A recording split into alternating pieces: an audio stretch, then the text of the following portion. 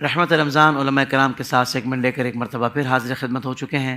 ہمارے ساتھ معزز علماء کرام تشریف فرما ہیں، جن میں ہم سب کے پیارے حضرت علامہ مولانا احمد رضا امجدی صاحب دامت برکاتہم العالیہ آپ تشریف فرما ہیں۔ آپ کے ساتھ ایک اور ثنا خاں جو پہلے سے یہاں موجود ہے، احسن قادری، وہ بھی تشریف فرما ہے۔ میرے دل کی جانب زبردست عالم دین، بہترین اسکالر مفتی محمد مدنی رضا صاحب آپ تشریف فرما ہیں، اور آپ کے ساتھ ثنا خاں سید ارسلان شاہ تشریف فرما ہے۔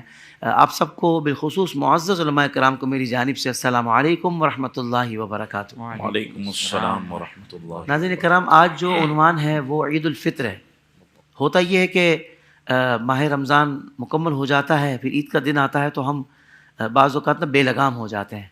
ہمیں سمجھ ہی نہیں آ رہی ہوتی کہ بھائی عید کے دن ہمیں کرنا کیا ہے، بیسیکلی اس عید کا مقصد کیا ہے، اس دن کے بارے میں کیا بشارتیں ہیں، اس دن کے اعمال کیا ہیں، خاص وظائف کیا ہیں۔ یعنی بہت ساری باتیں جو عید کے حوالے سے وہ کہتے ہیں کہ ہڈن ہوتی ہیں ہمارے سامنے، حالانکہ دین کی تعلیمات میں موجود ہیں، کئی مرتبہ بیان ہو چکی ہیں، مگر ہمیں نہیں پتہ ہوتی، ہم بالکل اس سے دور ہوتے ہیں۔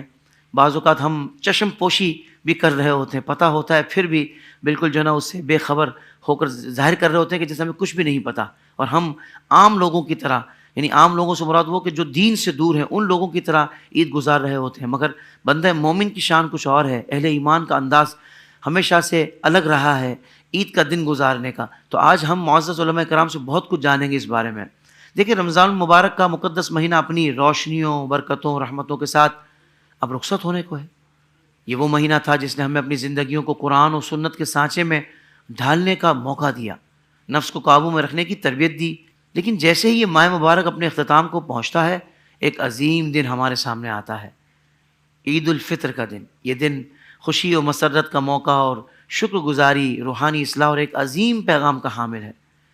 عید الفطر کا یہ دن ہمیں یاد دلاتا ہے کہ اللہ کی بندگی کا راستہ روزے، قیام اور دعاؤں کی طرح دوسروں کے ساتھ خیر خواہی، محبت اور اظہار میں بھی ہے۔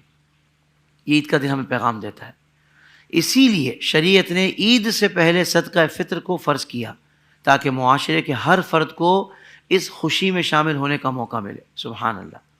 صدقہ فطر ہمارے روزوں میں موجود کمیوں کو پورا کرتا ہے، اور یہ اللہ کے بندوں کے ساتھ جڑنے کا عملی مظاہرہ بھی ہے۔ ناظرین کرام، قرآن مجید میں اللہ تعالیٰ نے فرمایا، اور تاکہ تم روزے پورے کرو اور اللہ کی بڑائی بیان کرو اس پر کہ اس نے تمہیں ہدایت دی، اور تاکہ تم شکر ادا کرو۔ سورہ بقرہ آیت نمبر 185، یہ آیت واضح کرتی ہے کہ عید کا دن اللہ کی عظمت اور اس کے احسانات پر شکر کا دن ہے۔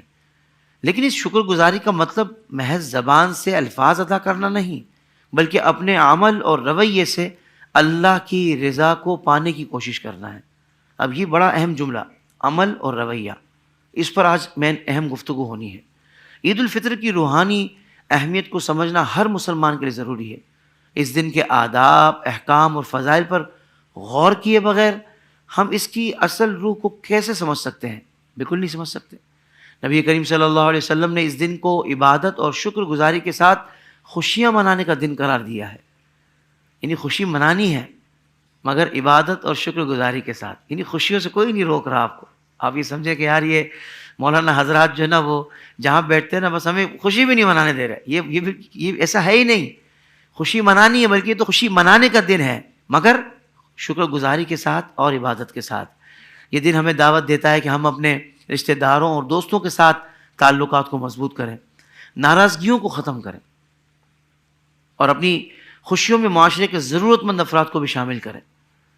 ملنے جا رہے ہیں، ان سے مل رہے ہیں کہ بھائی جن سے بزنس اچھا چل رہا ہے، جن سے مزید کاروبار ملنے کا معاملہ ہے، بھائی ان لوگوں کے پاس ملنے جاؤ نا کہ جو آپ سے ناراض ہیں، یا کوئی ایسا معاملہ ہو گیا تھا کہ ناراضگی ہو گئی تھی۔ یہی تو دن ہے منانے کا۔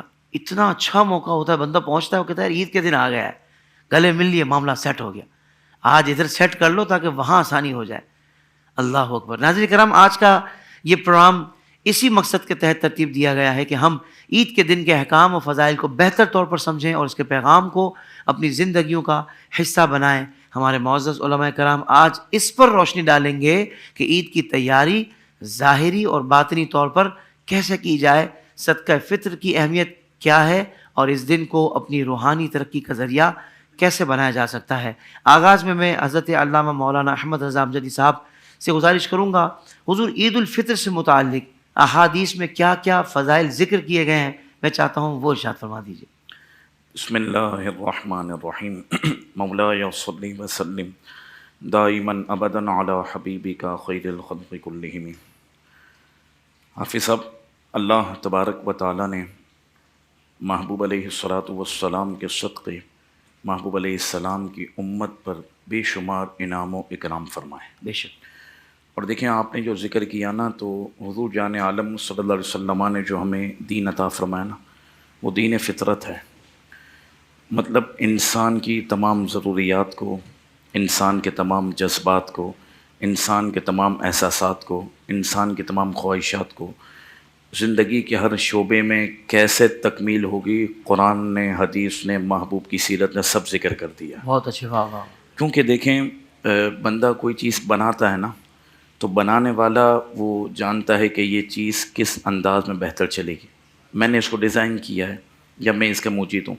اللہ تبارک و تعالیٰ نے انسان کو پیدا فرمایا، اسی نے اس کی تخلیق فرمائی، اور اس کے اندر تمام فطری معاملات جو بھی عناصر ہیں وہ سب رب کے حکم سے اس کے اندر ودیت کیے گئے۔ جب رب العالمین نے خود بنایا، اور اس سے بڑھ کر انسان کو کوئی نہیں جان سکتا، کیونکہ پیدا ہی اس نے کیا ہے ہی اسی کی ملکیت، ہے ہی اسی کی خلقت۔ تو اب بہتر یہ ہے کہ بنانے والے کے حکم کے مطابق اگر بنائی گئی چیز کو چلایا جائے تو بالکل سیٹ چلے گی۔ آپ کوئی بھی چیز مارکیٹ سے بھی لیتے ہیں نا، تو آپ کو اس کے ساتھ کارڈ بھی مل جاتا ہے، اس میں تمام چیزیں لکھ دی جاتی ہیں کہ اس میں یہ چیز استعمال کرنی، یہ نہیں کرنی۔ اگر آپ یہ چیز اس میں ڈالیں گے تو ہو سکتا ہے بلاسٹ ہو جائے۔ مائکرو کی مثال لے لیں، کوئی اور چیز لے لیں، یہ چیز آپ نہیں کر سکتے۔ تو قرآن نے اور سنت نے تمام معاملات کو ذکر کیا ہے۔ اور آپ نے جیسا فرمایا نا کہ خوشی، اسلام نے جو فطری جذبات ہیں کسی چیز سے بھی نہیں روکا، واہ واہ، بل اس کی حدود بندی کی ہے۔ بہت اور اچھے، اس میں بھی دیکھیں، اس حدود بندی میں بھی اللہ رسول کو کوئی فائدہ تھوڑی دے سکتا ہے۔ وہ تو اللہ تبارک و تعالیٰ کی ذات تو اس سے پاک ہے کہ کوئی اس کو فائدہ دے سکے، بلکہ وہ سب کو فائدہ دینے والے ہیں۔ اگر ہم اللہ رسول کی بات کو مانیں گے، یہ بنیاد ہے ہر شعبے کے اندر، اگر ہم اس کو فالو کریں گے نا تو سکون ہمارا ہی مقدر ہوگا، ہم بے چین نہیں ہوں گے، ہم پریشان نہیں ہوں گے۔ اور اگر ہم نے ان حدود کو توڑا تو نقصان ہمارا ہے۔ تو اللہ تبارک و تعالیٰ نے جو دین ہم کو عطا کیا نا، محبوب علیہ السلام کی جو سیرت ہم کو ملتی ہے، وہ اتنی جامع اور اتنا کمال ہے کہ اس میں ہر شے کا ذکر ہے، ہر خواہش کی تکمیل کو بھی ذکر کیا، اس کا طریقہ بھی بتایا۔ اب اگر ہم کوئی راستہ دوسرا بدلتے ہیں، کوئی دوسری فیشن کو اگر ہم لے کر آتے ہیں جو قرآن و سنت کے مقابلے میں ٹکراتی ہے، تو پھر زندگی جو ہے نا وہ اجیرن ہو جاتی ہے۔ اب آپ نے جو عید کی بات ذکر کی، شروع ہی سے زمانے جاہلیت سے وہ 2 دن رکھتے تھے جس میں وہ کھیل کود کرتے تھے، اور یوں سمجھے کہ اور زیادہ ایکٹیویٹیز کے اندر مصروف تھے۔ اللہ کے محبوب جب تشریف لائے مدینہ پاک میں، تو حضور جان عالم صلی اللہ علیہ وسلم نے فرمایا کہ زمانے جاہلیت کے اندر تم 2 دن جو ہے نا وہ خوب خوشیاں مناتے، لیکن اس کا طریقہ نہیں ہوتا، اس کا سلیقہ نہیں ہوتا۔ فرمایا میں آ گیا ہوں، اللہ تعالیٰ نے میرے ساتھ کہ میری امت کو 2 دن ایسے خوشی کے عطا فرمائے ہیں۔ تو ایک دن عید الفطر کا مل گیا، ایک دن عید الاضحیٰ کا مل گیا، جس کو ہم کہتے ہیں بقرہ عید کا دن۔ تو جب اللہ کے محبوب صلی اللہ علیہ وسلم نے بتا دیا کہ اللہ کی بارگاہ سے یہ دن ہے، اور حافظ صاحب دیکھیں، بات یہ ہے کہ آپ کسی کے پاس کوئی کام کرتے ہیں، بندہ کوئی جاب کرتا ہے، اب اس کو باس بلاتا ہے، اس کو اس کا جو ہے نا بڑا مالک بلاتا ہے اور کہتا ہے کہ جو ہے نا آپ نے یہ کام کیا ہے، اس کے بدلے میں آپ کو یہ انعام دوں گا۔ تو جب بندہ انعام لینے کے لیے جاتا ہے نا، تو اور فرما برداری کے ساتھ جاتا ہے، بہت اچھے، اور اس کے سامنے والے کے معاملات کو دیکھ کر جاتا ہے، کیونکہ وہ کہہ رہا ہے کہ یار دنیا کی مثال دے رہا ہوں کہ میں جب پورا مہینہ ڈیوٹی دے رہا تھا نا، تو باس کئی مرتبہ موجود تھا، کئی مرتبہ سیٹ پہ موجود نہیں تھا، لیکن میں نے کام پورا پرفیکٹ کیا۔ اب وہ مجھے بلا رہا ہے اور ذاتی طور پر مجھے وہ انعام دے رہا ہے، بلا تمثیل بلا تشبیہ۔ رب کے علم میں تو سب موجود ہے، اب رب کی بارگاہ سے انعام عطا کیا جا رہا ہے۔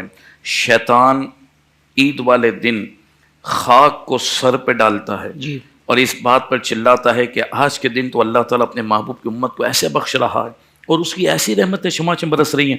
فرشتوں کو اللہ تبارک و تعالیٰ کے حکم سے زمین پر اتار دیا جاتا ہے، وہ راستوں کے کونوں پہ کھڑے ہو جاتے ہیں، جو عید کی نماز کے لیے عیدگاہ کی طرف آ رہے ہوتے ہیں، فرشتے انہیں مبارکباد دے رہے ہوتے ہیں کہ آج رب العالمین تم سے راضی ہو چکا ہے۔ اور حدیث پاک کے مطابق عید کے اجتماع میں رب کا بندہ رب سے جو مانگتا ہے آخرت کی نعمت، وہ تو رب مکمل عطا کر دیتا ہے، اور جو دنیا مانگتا ہے اللہ وہ عطا کر دیتا ہے جو اس کے لیے بہتر ہو۔ میں یہ کہہ رہا ہوں کہ رب کی بارگاہ سے انعام مل رہے ہیں، تقسیم ہو رہی ہے، مغفرت کی بشارتیں ہیں، ہماری نعمتوں میں اضافہ ہو رہا ہے، عین اسی دن جو دینے والا ہے ہم اس کی نافرمانی میں مصروف ہیں۔ تو یہ کوئی لاجک ہوئی؟ دیکھیں حضور کی تعلیم ہے کہ اچھا کھائیں۔ اللہ کے محبوب کی سیرت میں آتے کہ سرکار عید والے دن عمدہ لباس پہنتے ہیں، حضور کے لباس کی تو شان ہی برا البرا، عید والے دن خاص حضور اہتمام کرتے ہیں، عمدہ اور بہترین لباس پہنتے ہیں، ٹھیک ہے، بہترین خوشبو اللہ کے محبوب صلی اللہ علیہ وسلم استعمال کرتے ہیں۔ فرمایا کہ تم اپنے کھانوں کا اہتمام اچھا کرو، عید والے دن اپنے اہل و عیال پر، اپنے عائش و اقارب پر، اپنے دوست صحابہ پر، اللہ توفیق دے اپنے غریب مسلمانوں پر تم دسترخوان کو وسیع کر دو۔ تو دیکھیں نہ پہننا منع ہے، نہ کھانا پینا منع ہے، نہ کچھ منع ہے، بلکہ ملنے کا دن ہے، خوشی کا دن ہے، سیلیبریٹ کریں۔ لیکن ایک حرکت کی وجہ سے ہم اگر عید والے دن نعمتیں عطا کرنے والے مالک کو ناراض کر دیں، یہ کس قدر یہ سمجھے کہ ہمارا بے وقوفی والا عمل ہوگا کہ حافظ صاحب ہم کو کوئی صرف لفافہ پیش کرے یا کوئی تحفہ دے تم اتنا ملتے ہیں، اور ہم کہتے ہیں کہ یار یہ میرا بہت محسن ہے، یہ مجھے بونس دے رہا ہے، یار اس نے میرا یہ کام کر۔ رب کی بارگاہ سے تو سب کچھ مل رہا ہے، آج جنت لے لو اس کی بارگاہ سے، مغفرت لے لو، رحمتیں لے لو، نعمتیں لے لو۔ فرمایا جو عید کے دن مانگو گے میں تمہیں عطا کروں گا۔ رب دے رہا ہے اور ہم لینے کے بجائے اس کی نافرمانی میں مصروف ہیں۔ اللہ اکبر۔ اگر صرف ہم عید کے دن ایک کام چھوڑ دیں، باقی سب کریں، جی، گناہ چھوڑ دیں، بس باقی جو کرنا ہے کریں، اللہ رب العالمین کی رحمت اجر بھی دیں گی، برکتیں بھی عطا کریں گی، اور نور ہی نور ہو جائے گا ہمارے لیے۔ کمال کر دیا علامہ صاحب، آپ نے تو شروع میں ہی ماحول ایسا بنا دیا ہے کہ صرف علامہ صاحب کی یہی گفتگو سن لی جائے تو میں سمجھتا ہوں لوگوں کا عید کا دن اچھا ہو جائے گا، یعنی اس کی روٹین، اس کا معمول اچھا ہو جائے گا۔ اور کتنا عجیب معاملہ ہو جاتا ہے، میں تو حیران رہ جاتا ہوں کہ یار رمضان شریف میں ایک بندہ جس کو ہم دیکھتے تھے ماشاءاللہ کہ بڑا دینی لبادے میں تھا، بڑا اہتمام نماز کا، چہرے پر داڑھی شریف بھی تقریباً ہو گئی تھی، اور پھر عید والے دن ہم نے اس کو دیکھا تو ہم نے کہا یار یہ کیا ہوا، یعنی شیطان نے ایک کی ساتھ سارے بدلے لے لیے، پورا 30 دن کا حساب کتاب برابر کر لیا۔ علامہ مفتی مدنی رضا صاحب قبلہ، میں چاہوں گا تھوڑا سا اس پر بھی گفتگو فرما دیں۔ عید کے دن جو یہ ماحول ہم دیکھتے ہیں اچانک سے، اتنا بندہ کیسے بدل گیا، ہم تھوڑی دیر تو پہچاننا مشکل ہو جاتا ہے۔ کل ہم دیکھ رہے تھے تو بالکل ہی الگ کیفیت میں تھا رمضان میں، اور ایک ہی دن بعد یہ آخر کس کو منانے جا رہا ہے، یعنی کون سی خوشی ہے یہ؟ یقیناً حافظ صاحب، جیسے کہ حضرت نے بھی بہت اچھے انداز سے یہ بات ہمیں سمجھائی کہ دین فطری تقاضوں کو پورا کرنے سے منع نہیں کرتا، صحیح، بس آپ کی جو عادات ہیں نا وہ اچھی ہو جائیں تو پھر آپ کی جو اچھی عادات ہیں وہ آپ اپنائیں گے، شریعت آپ کو منع نہیں کرے گی۔ لیکن اگر آپ نے اپنی عادات کو ہی اتنا برا کر دیا ہے کہ اب آپ ان عادات سے باہر نکل نہیں پا رہے اور آپ نے اپنی عادات کو فطرت ثانیہ بنا دیا ہے تو پھر آپ کے لیے یہ مسائل سامنے آتے ہیں۔ ہم یہ اس طرح کے امور کی طرف اس لیے جاتے ہیں کہ آپ یہ دیکھیں گے کہ رمضان کے اندر ویسے جو ہم یہ کہتے ہیں نا کہ شیطان جکڑا گیا ہے، تو یقیناً شیطان تو جکڑا جاتا ہے جو احادیث کا مفہوم ہے، لیکن نفس اس وقت بھی آزاد ہوتا ہے۔ ہم نے اگر رمضان سے پہلے اپنے نفس کے تقاضوں کو پورا کر کر کے اس کو تقویت بخشی ہے، اور پھر رمضان کے اندر بھی ہم نے نماز، روزے، تراویح، یہ خیرات، چیریٹی، یہ ساری چیزیں اس لیے کی کہ نفس کے تقاضے پورے ہو رہے ہیں۔ دیکھیں نا، آپ مثال کے طور پر اگر ہم راشن بانٹ رہے ہوتے ہیں تو اس راشن بانٹنے کے اندر بعض اوقات نفس کی خواہش پوری کی جا رہی ہوتی ہے، وہاں پہ مقصد یہ ہوتا ہے کہ آج میں لوگوں کو بتاؤں کہ میں نے اتنے راشن بانٹے ہیں، اتنے بڑے پیمانے پر میں نے افطاری کروائی ہے، میری افطاری میں تو کھچا کھچ رش بھرا ہوا ہوتا ہے، ہماری افطاری کے اندر تو یہ پک رہا ہے، وہ پک رہا ہے، اور اتنے لوگ آ کر کھا رہے ہیں، اور میڈیا اس کو پورا کوریج دے رہا ہے۔ تو جب آپ نے رمضان کے یہ والے اعمال جو خالصتاً اللہ کی رضا کے لیے تھے وہ لوگوں کو دکھانے کے لیے کی ہوں، حافظ صاحب اگر ایک تو باعمل حافظ جو ہوتے ہیں وہ آپ دیکھیں کہ وہ سارا سال داڑھی شریف رکھیں گے، سارا سال مسجدوں میں نظر آئیں گے، سارا سال مسجد کے اندر وہ دین کا کام کرتے ہوئے نظر آئیں گے، لیکن اگر حافظ صاحب داڑھی اس لیے رکھ رہے ہیں کہ مجھے مصلی سنانا ہے اور اس کے اگینسٹ مجھے کچھ مراعات مل جائیں گی، تو اب یہ دین کی خدمت نہیں ہو رہی ہے، یہ جو اپنا حلیہ بدلا تھا یہ نفس کے تقاضے کے لیے بدلا تھا. تو یہ حاجی صاحب، زکوٰۃ دینے والے، عمرہ کرنے والے، یہ جتنے بھی لوگ ہیں، اگر یہ اس لیے جا رہے ہیں، یہ کام اس لیے کر رہے تھے کہ ہم نفس کے تقاضے پورے کریں گے، تو رمضان سے پہلے جو نفس آپ کا تقویت پا چکا تھا نا، اس رمضان کے مہینے میں آپ نے اس کو مزید طاقت فراہم کر دی ہے. اب جب رمضان کا مہینہ گزرے گا تو اس کا دوست واپس اس کے ساتھ آ کر ملے گا جو اس کا شیطان ہے. یہ اصل بات ہے کہ اب وہ شیطان یہ کہے گا کہ چل یہ ساری ڈرامے بازی تو ہو گئی، اب آ جا اپنی اصل پر. پھر اس کے بعد جو ہے نا وہ نفس و شیطان مل کر اس کا مزید بیڑا گرک کریں گے. اسی لیے ہم جب رمضان کے مہینہ آ رہا ہوتا ہے نا، تو اس رمضان کے مہینے کے اندر ہمیں یہ دیکھنا ہے کہ اللہ تبارک و تعالیٰ نے یہ مہینہ ہمیں اس لیے عطا کیا تھا کہ ہم نفس کشی کریں. لیکن اگر ہم نفس کی مزید تقویت کا سامان کر رہے ہیں، جب جیسے آپ مثال کے طور پر بہت ساری ایسی چیزیں جس کی آپ اگزامپل دیکھ سکتے ہیں، رمضان میں یہ نشریات بھی ہو رہی ہیں، دیگر اور بھی بہت ساری اچھی نشریات ہو رہی ہیں جو دائرۂ شریعت پہ رہ کر جہاں پر علماء تعلیم سکھا رہے ہیں، لیکن وہ نشریات بھی ہو رہی ہیں کہ جہاں پر دین کا بیڑا غرق کیا جا رہا ہے. وجہ کیا ہے؟ ریٹنگ. اب وہ ایک مسئلہ ہوتا ہے جس کے اوپر اتنی طویل گفتگو ہوتی ہے کہ جو پہلے سے مسائل ذہن میں ہوتے ہیں نا، اس میں بھی بندہ الجھ جاتا ہے. تو یہ جو آپ اگر ٹرانسمیشن بھی کر رہے تھے کہ رمضان کی رونقیں بحال ہوں، یہ ہوں، تو آپ نے یہ رمضان کی رونقوں کو اپنی نفسانی خواہشات کی نظر کر دیا ہے. اسی لیے پھر آپ دیکھیں گے کہ جو چینل رمضان میں سارا سال رمضان نشریات کر رہے تھے، وہ عید والے دن فحاشی والے ڈرامے بھی لانچ کر رہے ہوتے ہیں. تو یہ کیا ہے؟ یہ ساری وہ چیزیں ہیں کہ شیطان اب چھوٹ کر آیا ہے اور اب یہ کہہ رہا ہے کہ بھائی اب آ جاؤ، اور اب جو اپنی اصلیت تھی نا اس پر آ کر کام کرتے ہیں. آپ خواتین کو دیکھ لیں، خواتین رمضان کے اندر جتنے بھی معاملات ہوتے ہیں سحری افطاری کے، اب ذرا غور کریں، نبی کریم صلی اللہ علیہ وسلم نے فرمایا کہ تم اگر ایک شخص کو بھی افطار کرواؤ نا، یہ تمہارے لیے اجر کا باعث ہے. خواتین کے پاس یہ موقع ہوتا ہے، گھر کے اندر پورا دن جو ہے وہ اپنے آپ کو تھکاتی ہیں، کھانا بناتی ہیں، اپنے گھر والوں کو کھلاتی ہیں، لیکن اس میں ثواب کی نیت بعض اوقات نہیں کرتی. وہ یہ کرتی ہیں کہ میرے گھر والے جو ہے نا وہ خوش ہو کر میری تعریف کریں اور میں تھوڑا سا بھول جاؤں.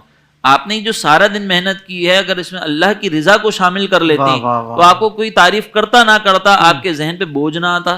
اور پھر اس کے بعد آپ نے جو افطاری کروائی ہے، اس کی روحانیت آپ کو ایسی ملتی کہ پھر عید والے دن آپ باہر شاپنگ مال میں جا کر غیر مردوں کے ہاتھوں سے چوڑیاں نہیں پہن رہی ہوتی، آپ جا کر غیر مردوں سے میک اپ نہیں کروا رہی ہوتی، آپ جا کر غیر مردوں سے مہندیاں نہیں لگوا رہی ہوتی. یہ ساری چیزیں ایسی ہوتی ہیں کہ ہم نے رمضان کو ایک ٹرینڈ کے طور پر گزارا ہوتا ہے کہ بھئی آیا ہے، ایک رسم ادا کرنی ہے، ہم چلتے ہیں. تو یہ بھی بتا دیجیے گا کہ یہ جو علماء کی بات نہیں کرتا، جو دیگر چینلز پہ جاتے ہیں، دینی ضرورت کے تحت جانا، اس کا ایک الگ حکم ہے، ظاہر بات ہے وہ آپ بہتر سمجھتے ہیں.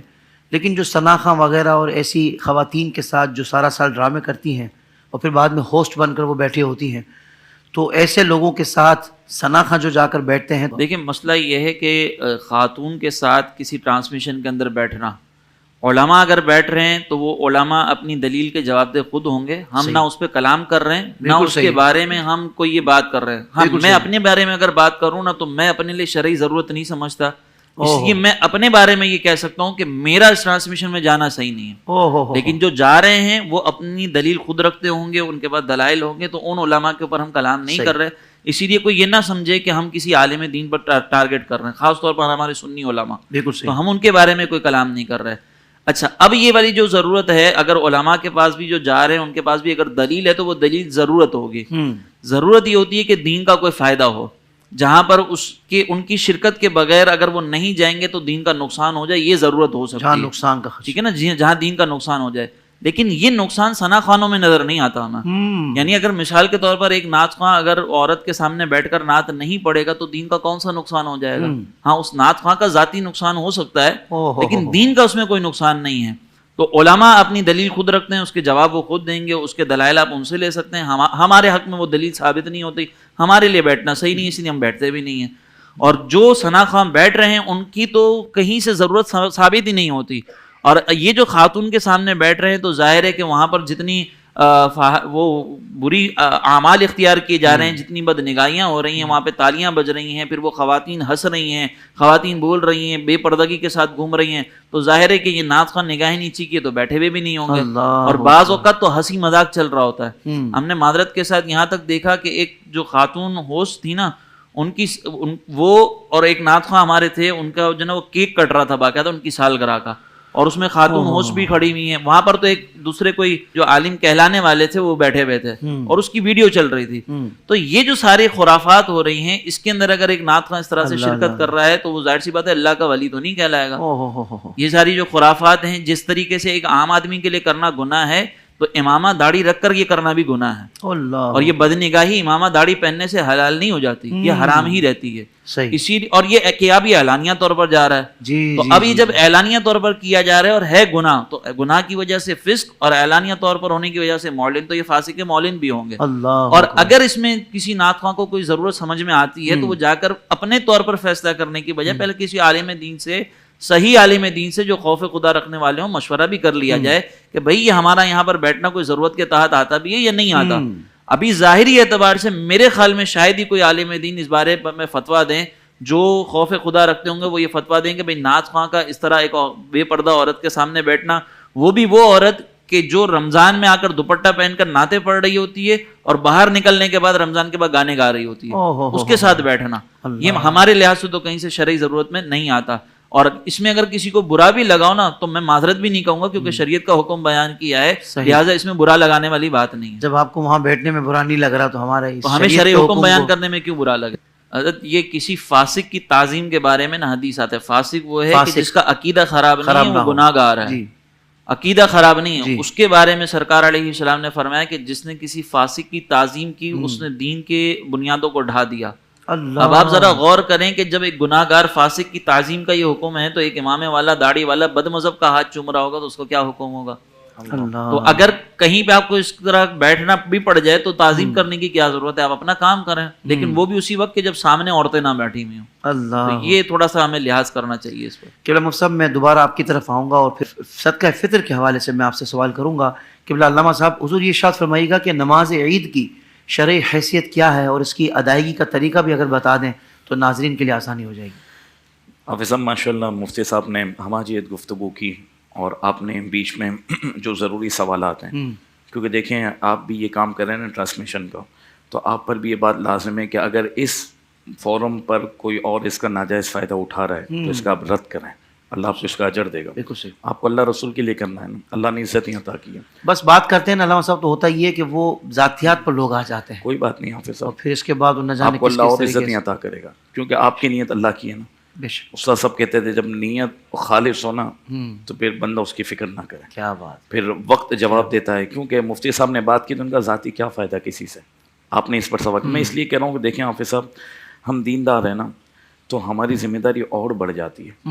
دیکھیں اگر ہم دین کا کام نہیں کر سکتے نا یا دین کا فائدہ نہیں دے سکتے, اپنی ذات سے نقصان نہ کریں, قیامت کے دن جواب نہیں دے سکیں گے, نقصان نہ کریں. اس کی وجہ کہہ رہا ہوں حافظ صاحب کہ, اور میں ایک بات کروں, ہم نے داڑھی امامہ اور صرف لبادہ اڑا ہے نا ظاہری, جی تو دین نے کیا دیا ہے ہم کو, سب دیا ہے نا.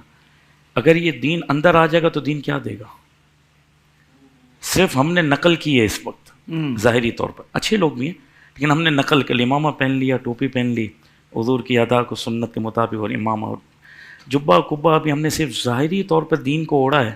تو اللہ نے ہمیں سب دے دیا کہ میرے محبوب کی نقل تو کر رہا ہے نا, نیت میں اگرچہ کچھ اور ہے. اگر یہ دین اصل اندر اتر جائے گا تو پھر کیسی برکت ہے, پھر دین کیا عطا کرے گا. میں اصل یہ بات کمال کر دیا. اور دیکھیں حافظ صاحب اصل جو ہے نا وہ اخلاص اور روحانیت ہے. اور استاد صاحب کہتے تھے کہ برکت ضروری ہے. آپ کا بہت بڑا کام پھیلا ہوا ہو, برکت نہیں ہے نا تو بیکار ہے. اور اللہ رب العالمین برکت وہاں ڈالتا ہے جہاں گناہ نہیں ہوتے, یہ رول ہے. تو جہاں پر آپ کوانٹٹی نہ دیکھیں آپ کی کتنی ویورشپ ہے اور آپ کو لوگ کیا کہہ رہے ہیں, یہ کوئی بات ہوئی یار. وہ تو ایک فاحش عورت نعوذ باللہ اگر اپنے جسم کو نمائش کر دیتی ہے تو لاکھوں ویوز ہے, تو کیا ہم یہ کرنا شروع کر دیں گے؟ یہ کوئی بات تھوڑی ہوئی. بہت آپ کو بھلے 10 آدمی دیکھ رہے ہیں, کمال کر دیا. اگر آپ 10 آدمی کو دکھا رہے ہیں لیکن دل مطمئن ہے کہ مولا تیرے لیے دکھانے کی کوشش کی ہے اور صحیح دکھایا ہے, تو جو فرشتے آپ کو دیکھنے اس کی تعداد کو حساب کر سکتے ہیں. اللہ پھر میدان محشر میں جب اعلان ہوگا کہ انہوں نے دین کے کام کیے تو اس کی برکتیں کیسی ہیں. ایک طرف لاکھوں ویورشپ ہو, اور میں مجبوری میں کہہ رہا ہوں حضور کی نظر ہی نہ ہو اس طرف, اللہ تو کرنا کیا اس کام کا. اب کیا چاہ رہے ہیں. اور پھر دیکھیں دین ہی بچا ہے آپ کو. آج پیسے کمانے کے لیے دین رہ گیا, نام کمانے کے لیے دین رہ گیا. حضور کے دین کو صحابہ نے گردنیں دی ہیں, اپنا سب کچھ دیا ہے.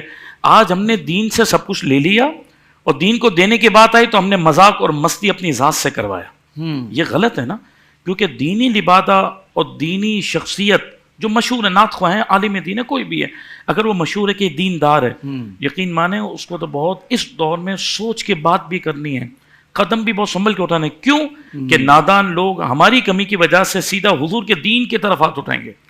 قیامت کے دن حضور کے بارے میں کیا جواب دیں گے؟ سرکار نے اگر پوچھ لیا کہ اس دین کی خاطر لوگوں نے مجھے پتھر مارے اور میں نے اپنی ہر کوشش اس دین کی سربلندی کے لیے کی، صحابہ کہیں گے ہمارے جسم کے ٹکڑے ہوئے، اہل بیت کہیں گے کہ ہمیں پیاسا کاٹا گیا، اس دین کی سربلندی پر ہم نے آنچ نہیں آنے دی، گردن دے دی، اور تو نے اپنی دنیاوی شہرت یا دولت کی خاطر میرے دین کے نقشے کو ڈھایا گیا، تو وہاں پر مسکرا کر ہنس رہا ہے. اللہ ایسا نہ کریں یار، اس سے تو پھر ہمارے ایمان اور عقیدے کا مسئلہ ہو جائے گا. یہ کون سا دین کا کام کرنے کے لگے کہ ہماری وجہ سے حضور کے دین پر انگلی اٹھا رہے؟ وہ دین مصطفیٰ جس کو پھیلانے کے لیے کتنی جد و جہد کی ہے صحابہ، اہل بیت، اولیاء نے سب کچھ قربان کر دیا، وہ دین آج ہمیں تحفے میں ملا ہے اور ہم اس کا صرف نقشہ بگاڑنے کے سوا کوئی کام نہیں کر رہے. یہ نہ کیا جائے، حضور کے دین کے ساتھ وفا کی جائے.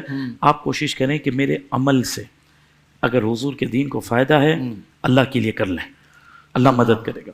اور آپ کو لگتا ہے کہ شبہ بھی ہے نا کہ انگلی اٹھ سکتے، چھوڑ دیں یار. اللہ کیسے ہوگا کام؟ اللہ کا دین ہے. غوث پاک خواجہ صاحب داتا صاحب یہ کوئی ٹرانسمیشن کر کے مشہور ہوئے؟ یہ کیا بات کر دیں؟ ان کی کوئی ٹرانسمیشن تھی؟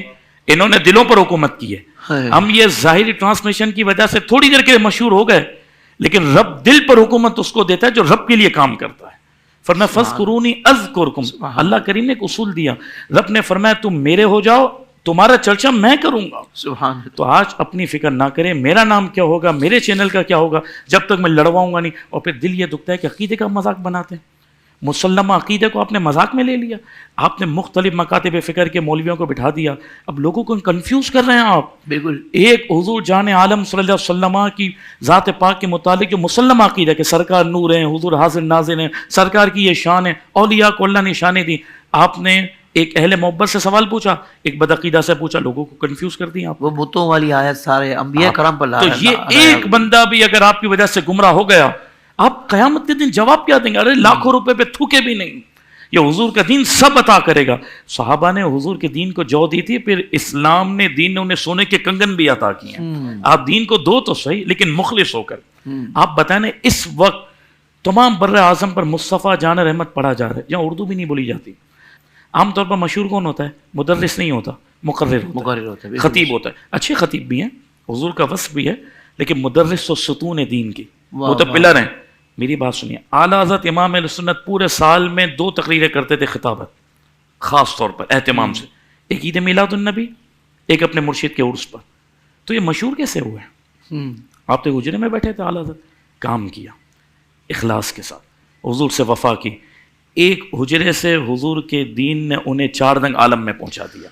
تو حضرت صاحب یہ چینل اور یہ ٹھیک ہے، اجازت ہے، لیکن آپ سمجھیں کہ مشہوریت کے لیے یہ ہوگا میرا برانڈ بن جائے، اتنی ویورشپ ہے، کچھ نہیں. اللہ کی نظر میں مچھے ہو جائیں، اللہ کی بارگاہ میں سرخرو ہو جائیں، اور حضور نے مسکرا لیا کہ ہاں تو میرا سچا غلام ہے. وہاں سے جب رضا کی سند مل گئی تو پھر حافظ صاحب قبولیت کی مہر مل جاتی ہے، کامیابی مل جاتی ہے. ایک چیز بس مختصر اس پر پھر آپ کے جواب پہ آتا ہوں. پبلک کی نظر میں معزز بننے کی کوشش نہ کریں، اللہ رسول کی نظر میں معزز بنیں. اللہ جب وہاں کوئی معزز ہو جائے گا نا، پھر دنیا میں بھی، قبر میں بھی، آخرت میں بھی، فرشتوں کے سامنے بھی اعلان ہوگا کہ رب اس سے محبت کرتا ہے، تم ان سے محبت کرو، حضور ان سے محبت کرتے تم ان سے محبت کرو. اللہ کی بارگاہ سے قبولیت مانگے، مشہوریت نہ مانگے. مشہور تو اور بھی ہوتے ہیں، آرٹسٹ بھی ہوتے ہیں، اور بھی ہوتے ہیں. اللہ جس کو قبولیت دیتا ہے نا، پھر دنیا سے جانے کے بعد اس کے جنازے بتاتے ہیں کہ 2-2 کروڑ آدمی پھر کیسے مینار پاکستان پہ جمع ہوئے. یہ قبولیت ہے، یہ قبولیت ہے. مشہور ہونے سے کوئی مقصد نہیں ہے، ٹھیک ہے اللہ دے دے کسی کو مشہوریت، لیکن اللہ سے قبولیت مانگے. آپ نے جو سوال پوچھا عید الفطر کے حوالے سے، تو شریعت مطہرہ نے جہاں پر بھی خوشی کا موقع عطا کیا نا، نماز عید کی شرح جی، تو وہاں پر شریعت نے اس بات کو رکھا کہ خوشی جب بنتی ہے جب تم بندگی کے ساتھ ادا کرو.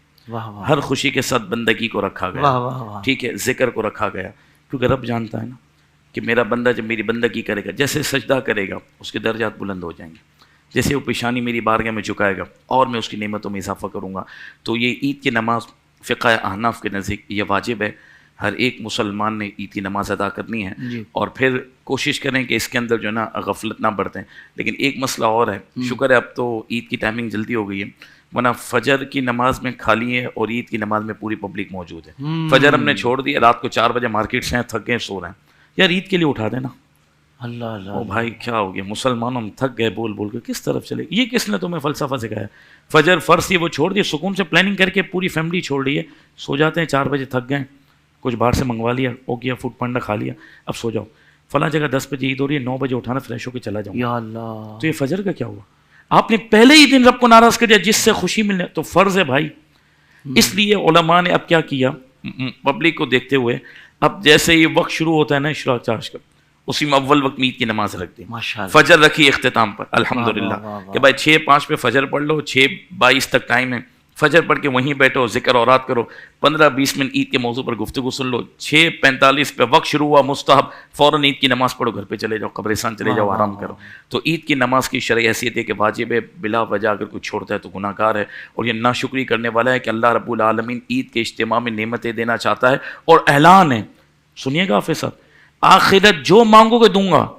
اب جنت الفردوس مانگ لو, عرش کا سایہ مانگ لو, حضور کے دستے مبارک صحابہ کوثر مانگ لو, نامہ عمل سیدھے ہاتھ میں مانگ لو, پل صراط پر ثابت قدمی مانگ لو, محشر کی رسوائی سے بچنا مانگ لو. اے اللہ محشر کی پیاس سے بچانا, میرا عیب ظاہر نہ ہو, مجھے اپنی رحمت کے دامن میں لے. یہ نعمتیں مانگو. میرا آقا فرماتے ہیں آخرت کی نعمت جو مانگے گا رب عطا کر دے گا, اللہ, اور دنیا میں جو مانگے گا رب کی رحمت دیکھے گی میرے بندے کے لیے کیا بہتر ہے, جو بہتر ہوگا اللہ رب العالمین عطا فرمائے گا. تو عید کے اجتماع میں قبولیت ہے. اور آپ کی ٹرانسمیشن سے ایک بات بتا دوں جو امام غزالی نے بھی بیان کی, اور علماء کہتے ہیں کہ عید والے دن اپنے مرحومین کو بھی تحفہ دیا جائے, جن کے والدین دنیا سے رخصت ہو گئے, کوئی رشتہ دار, تو ان کو بھی تو عیدی دینی چاہیے نا. وہ عیدی آپ 5 سے 10 منٹ میں دے سکتے ہیں. وہ یہ ہے کہ سبحان اللہ و بحمدہ, بس سبحان اللہ و بحمدہ, جو 300 مرتبہ یہ پڑھے اور مرحومین کو ایصال ثواب کر دیں, اللہ تبارک و تعالی 1000 انوار مرحومین کی قبور میں داخل کرے گا. اللہ اکبر. ایک بلب جل جاتا ہے تو کیسی روشنی ہوتی ہے, نور کی تو مثال ہی نہیں ہے. اور جب پڑھنے والا جو عیدی بھیج رہا تھا نا, جب وہ خود دنیا سے جائے گا تو اللہ اس کی قبر میں بھی 1000 انوار کو داخل کر دے گا. تو عید والے دن کوشش کریں عید کی نماز ادا کریں, اس کے بعد 300 مرتبہ سبحان اللہ و بحمدہ 5 منٹ لگیں گے, یہ پڑھ کے مرحومین کو تحفہ بھیجیں, پھر انشاءاللہ تبارک و تعالیٰ اپنی عید کی خوشیوں کا آغاز کریں. برکتیں ہی برکتیں, رحمتیں ہی رحمتیں. واہ واہ واہ, سبحان اللہ سبحان اللہ. ویسے ناظرین کرام, ہم آج موضوع سے ہٹے ہیں, مگر میں سمجھتا ہوں کہ جو پیغامات یہاں سے دیے گئے ہیں نا, اللہ پاک اسے قبول فرما لے. یعنی واقعتاً یہ کہ اللہ پاک نے ایسا منچ ہمیں عطا کر دیا ہے اہل سنت کو حضور, کہ اس پرفتن دور میں حضور واقعی میں سچی کہہ رہا ہوں, منہ پہ تعریف نہیں ہے. اللہ, اگر اس کو بندہ سمجھ لے کہ یہاں آپ نے جن علماء کے انتخاب میں تو طالب علم ہو, لیکن اللہ اس کو سلامت رکھے, اور اس پر وَلَلْآخِرَةُ خَيْرٌ لَكَ مِنَ الْأُولَىٰ وَرَفَعْنَا لَكَ ذِكْرَكَ کا فیضان جاری فرما. اللہ سبحان اللہ سبحان اللہ. کہیں قدم ڈگمگاتے ہیں نا, کہیں حالات کی وجہ سے, کچھ مسائل کی وجہ سے, تو یہ جو علماء کرام کی دعائیں ہیں اور یہ جو ان کی محبت و پیار ہے نا حضرت, یہ پھر سے ہمیں جو نا جما دیتی ہے کہ بھائی بالکل گھبرانا نہیں, تم کیا کر رہے ہو, تمہیں تمہاری ڈیوٹی لگی ہے, بس کوشش کرتے رہنا ہے. مدد اللہ کی ہے, اور جن پیاروں کا آپ ذکر کرتے ہیں نا اللہ کی عطا سے, وہ مبارک ہستیاں, ان کی الحمدللہ ایسی کرم نوازی اور ایسی ان کی نظر ہے کہ میں آپ کو بتا نہیں سکتا, کہ ہم جہاں بالکل کھڑا ہونا مشکل ہوتا ہے وہاں ہم دوڑنا شروع کر دیتے ہیں. ہمیں ان کی نظر میں ہی آنا ہے, انہی کی نظر میں رہنا ہے, باقی چھوڑیں. مجھے آپ کی بات علامہ صاحب یاد ہے, ایک مرتبہ میں نے ایک محفل میں علامہ صاحب کو کہا تھا, حضرت طبیعت صحیح نہیں ہے, مجھے لگتا ہے کوئی نظر ہے, کوئی ایسا معاملہ ہے, تو آپ دم کر دیں.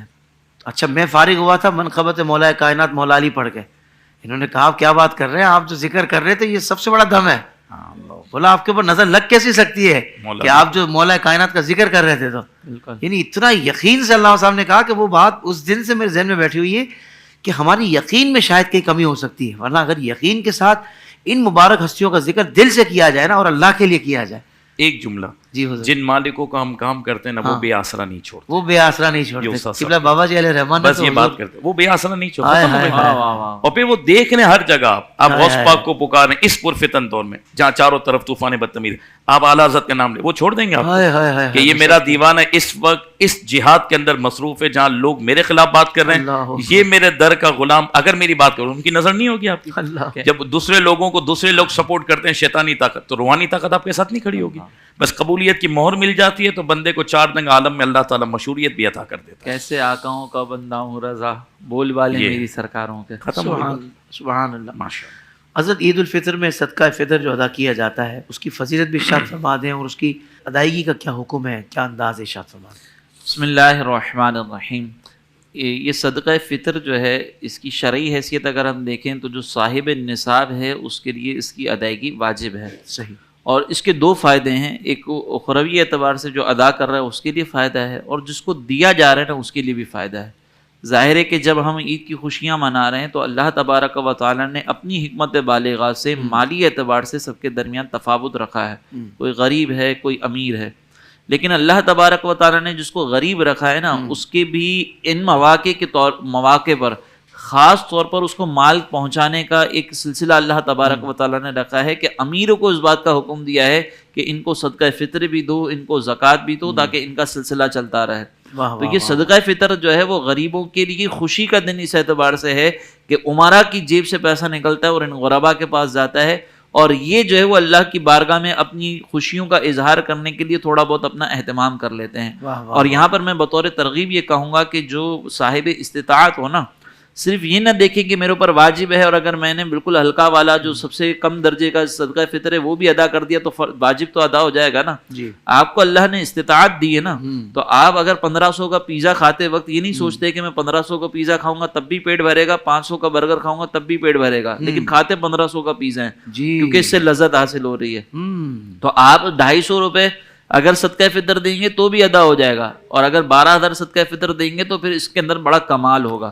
آپ عید کی شاپنگوں پہ جاتے ہیں، آپ وہ والا جوتا سلیکٹ کرتے ہیں کہ جو جوتا سب سے مہنگا ہو، جس کی کوالٹی سب سے اچھی ہو، لیکن جب اللہ کی بارگاہ میں دے رہے ہوتے ہیں نا تو ہمیں 100 روپے دینا بھی بھاری پڑ جاتا ہے.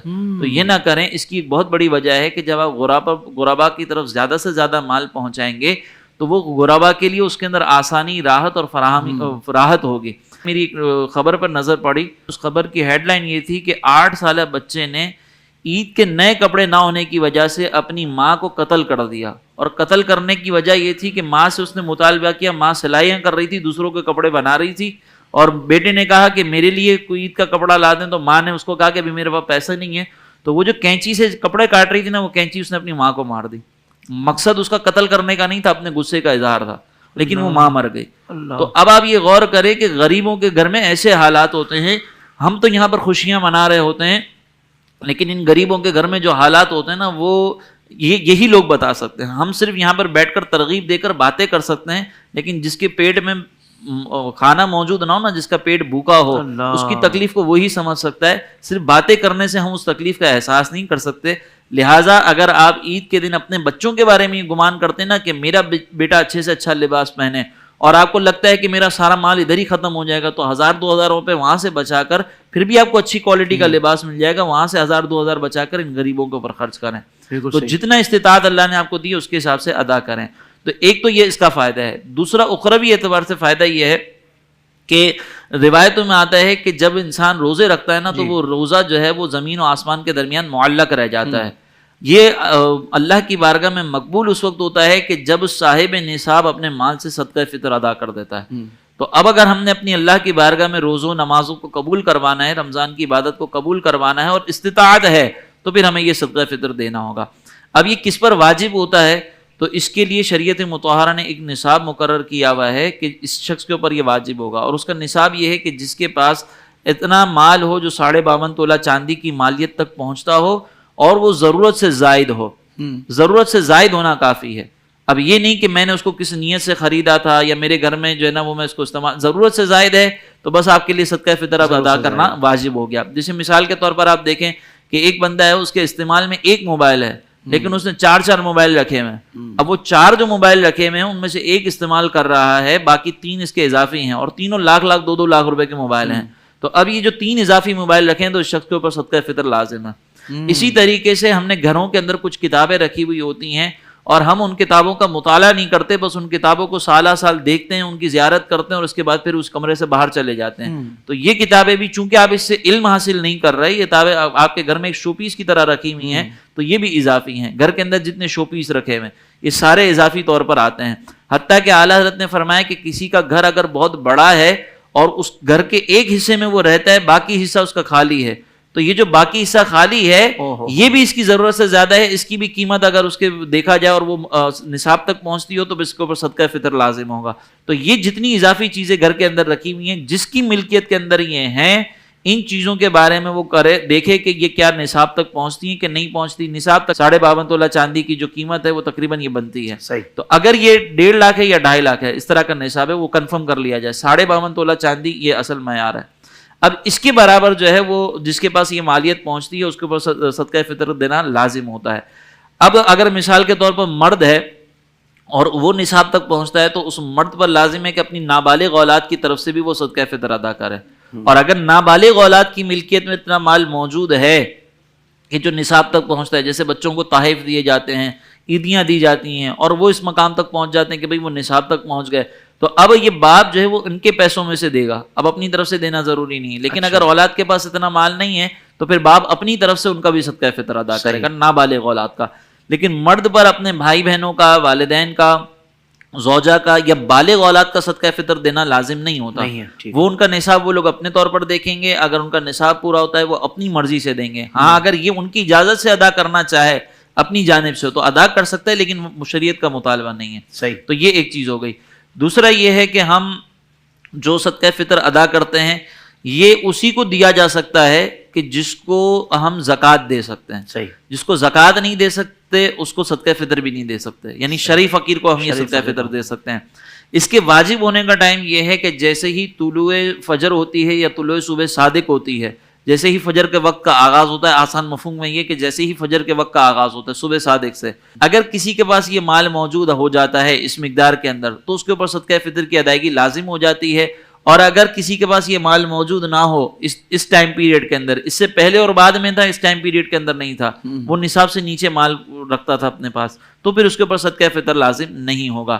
صدقہ فطر کی ادائیگی یہ ہوتی, بہتر یہ ہوتی ہے کہ ہم اس کو اس وقت ادا کریں کہ جب ہم نماز عید کے لیے جا رہے ہوں, یا رمضان کا مہینہ ہو, یا رمضان سے بھی پہلے اگر کوئی ادا کرنا چاہے تو رمضان سے پہلے بھی ادا کر سکتے ہیں, رمضان میں بھی ادا کر سکتے ہیں. اور بہتر یہ ہوتا ہے کہ جس وقت آپ کو یہ لگتا ہے نا کہ میں اگر اس وقت کسی غریب کو صدقہ فطر دوں گا, کسی شریف فقیر کو صدقہ فطر دوں گا, تو یہ اس وقت بہت اچھے طریقے سے اپنے بچوں کے لیے عید کی ضروری تیاری کر لے گا. آپ نے اضافی اسراف کے لیے نہیں پیسے دینے, وہ ضروری تیاری کر لے گا, تو آپ اس وقت اس کو پیسے دے دیں تاکہ وہ اپنے اخراجات کر لیں. لیکن اگر بالفرض کوئی نہ عید سے پہلے دے رہا ہے, نہ نماز عید سے پہلے دے رہا ہے, نہ رمضان میں دے رہا ہے, نہ تو وہ بعد میں دے سکتا ہے. بعد میں پھر اس کی ادائیگی کا پورا وقت ہوتا ہے کہ پوری زندگی میں جب بھی ادا کرے. اچھا, اس کے لیے ہم کھجوروں کا, کشمش کا, گیہوں کا, ان سب کا اعتبار کرتے ہیں کہ یہ ان کی مقدار دیکھی جائے گی. تو اس میں بہتر یہ ہوتا ہے کہ جس کی, جیسے ہم نے پہلے ذکر کیا کہ ویسے ابھی اگر ہم صدقہ فطر کی کم سے کم مقدار دیکھیں نا تو تقریباً 250 روپے بن رہا ہے ایک شخص کا صدقہ فطر. تو ہم نے اپنی استطاعت کے مطابق یہ دیکھنا ہے کہ ہم 250 والا دے رہے ہیں, ہم 700 والا دے رہے ہیں, 1500 والا دے رہے ہیں, 10,000 والا دے رہے ہیں یا 12,000 والا دے رہے ہیں, یہ ہم نے دیکھنا ہے. تو آپ یہ معلومات کر لیں, آپ اپنے اطراف میں کسی مسجد میں جہاں پہ آپ صدقہ فطر ادا کر رہے ہیں وہاں پہ یہ اسکیجول لگا ہوتا ہے. آخر میں ایک اور بات میں عرض کروں گا کہ ہم بعض اوقات جو ہے نا وہ یہ صدقہ فطر اپنی جان چھڑانے کے لیے کہیں بھی کسی کو پکڑا دیتے ہیں.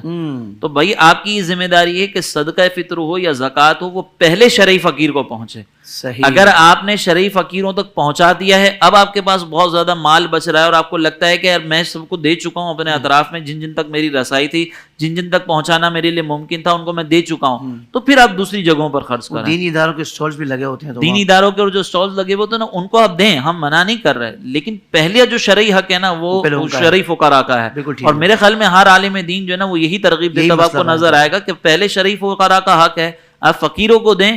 اس کے بعد آپ کے پاس اگر بہت اضافی چیز ہے کہ بھئی مثال کے طور پر کروڑوں کی زکوٰۃ نکل رہی ہے تو آپ نے کچھ ادھر بھی دے دیا, کچھ ادھر بھی دے دیا, تو کوئی مسئلہ نہیں ہے, لیکن پہلی ترجیح ان کو دینی چاہیے. بھیک مانگنے والوں کو دیتے ہیں اس میں تو پھر اچھا, یہاں پر اب یہ جو نا کہ بھیک مانگنے والے یہ پروفیشنل جو آ جاتے ہیں کہ رمضان سے پہلے آ کر بیٹھے ہوئے ہوتے ہیں اور پھر باہر جو ہے نا وہ پتھارے لگا کر بیٹھ جاتے ہیں اور وہ بس بٹور کر پھر واپس چلے جاتے ہیں, ان کا خرچہ بھی اسی میں نکل آتا ہے. تو پروفیشنل بھکاریوں کو دینے کی اجازت نہیں ہے, اگر آپ ان کو دیں گے تو گناہ گار ہوں گے. اچھا, میں شرعی فقیر جو بعض اوقات کہتے ہیں نا کہ ہمیں کہاں ملیں گے شرعی فقیر, آپ کے اطراف میں بہت سارے لوگ ہوں گے. آپ دیکھیں گارڈ جو کھڑے ہوتے ہیں آپ کے اطراف میں, چوکیدار کھڑے ہوئے ہوتے ہیں, آپ کے اطراف میں کوئی ایسا فروٹ والا ہوگا کہ جو آپ کو نظر آ رہا ہوگا کہ یار یہ بیچارہ جو ٹھیلا لگاتا ہے, زبان زبان سے سوال نہیں کرتا لیکن محنت کر کے کما رہا ہے, آپ اس کو تھوڑا سا اضافی Normally دے دیں. رکشے والے اپنے بیچارے بہت عموماً غریب رکشے والے ہوتے ہیں, گھر میں کام کرنے والی خواتین جو آتی ہیں ان کے گھر میں ہزاروں پریشانیاں ہوتی ہیں. بالکل ایسا آپ کے اطراف میں آپ نظر دوڑائیں گے نا, آپ کو شرعی فقیر قدم قدم پہ مل جائے گا بالکل صحیح. کہ بھائی یہ شرعی فقیر لگتا ہے, ہمیں اس کے گھر میں گھر توڑ کر تحقیق کرنے کی ضرورت نہیں کہ ہم گھر میں گھس کے دیکھیں کہ یہ واقعی شرعی فقیر ہے. ہاں آپ اپنی ذمہ داری پوری کرنے کے لیے تھوڑی بہت کراس کویشچننگ, اس کی عزت نفس کا خیال کر کے تھوڑا بہت کراس کویشچن کر لیں تاکہ آپ کی ذمہ داری بھی پوری ہو جائے. کیونکہ بعض اوقات ایسا ہوتا ہے کہ گھر کے اندر اضافی مال موجود ہوتا ہے, یا 4-5 لوگوں سے جو ہے نا وہ زکوٰۃ وصول کر کے خود جو ہے وہ صاحب نصاب ہو جاتے ہیں, شرعی فقیر کے ہونے کی حیثیت سے باہر نکل جاتے ہیں, اور ان کو تو مسئلہ نہیں پتا, لیکن آپ کو تو پتا ہے نا کہ اگر اس نے 4-5 جگہوں سے زکوٰۃ وصول کر لی تو مزید میں اس کو زکوٰۃ نہیں دے سکتا اگر یہ نصاب تک پہنچ گیا. تو اس کی عزت نفس کا خیال کرتے ہوئے اس سے تھوڑا بہت اس طرح کراس کویشچننگ کی جا سکتی ہے. تحقیق کرنے کے لیے پورے محلے میں اس کو بدنام کرنے کی ضرورت نہیں کہ میرے پاس زکوٰۃ مانگنا ہے تو میں اس کو زکوٰۃ دے دوں یا نہیں دے دوں, یہ رویہ مناسب نہیں ہے. ہاں تحقیق اگر عزت نفس کا خیال کر کے کی جائے تو دے سکتے ہیں, اور یہ جو پروفیشنل بھکاری ہیں ان کو بالکل نہیں دے سکتے. بالکل صحیح, ٹھیک ہے. ناظرین کرام, ظاہر بات ہے کہ وقت ہمارا بڑا محدود ہوتا ہے, اور بڑی ہی کمال گفتگو آج ہوئی ہے. میں سمجھتا ہوں آج کا پروگرام بھی یقیناً بہت ساری زندگیوں میں انقلاب پیدا کرے گا. وہ واقعی لوگ پیاسے ہیں, لوگ جاننا چاہتے ہیں کہ ہمیں کوئی سمجھائے تو صحیح, ہمیں کوئی بتائے تو صحیح کہ یہ دین کے فرامین ہے, یہ ہمارے پیارے آقا صلی اللہ علیہ وسلم کے فرامین ہے, یہ دین کی تعلیمات ہیں. تو جب ماشاءاللہ علماء کرام سمجھاتے ہیں تو لوگ سمجھنے کے لیے تیار ہیں. میں ان کو مبارکباد پیش کرتا ہوں کہ جو واقعتاً یہ دینی باتیں سن کر, اسلامی باتیں سن کر اپنی اصلاح بھی کر رہے ہیں اور اپنی زندگیوں میں تبدیلی, مثبت تبدیلی لا رہے ہیں. ان کو میری طرف سے بہت مبارک ہو. اللہ تعالیٰ ہم سب کو عمل کی توفیق عطا فرمائے. معزز علماء کرام کا دل سے شکریہ.